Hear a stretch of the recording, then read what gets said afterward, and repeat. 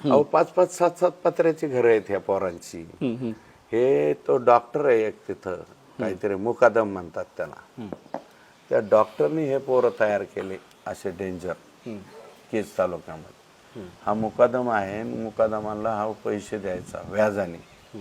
Doctor वायभाषे का काय वायभाषे त्यांनी व्याजाने पैसे द्यायचे.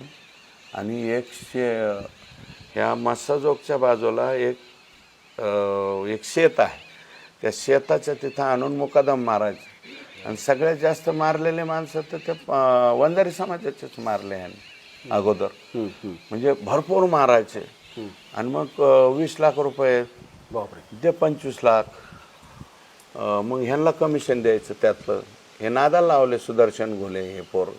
मग हळूहळू कोणाचा तरी ट्रॅक्टर वडून आणि कोणाचा ह्यांच्या हिमती वाढत गेल्या. आणि मग या अशामध्ये हे अशा जीनचे शोधातच असायचे ना आमच्या आका. मग त्यांना भेटले विष्णू चाटेच्या माध्यमात. मग पोरं वापरून घ्यायला कुठं पाठवायचे तर मग आवादा कंपनीवर पाठव.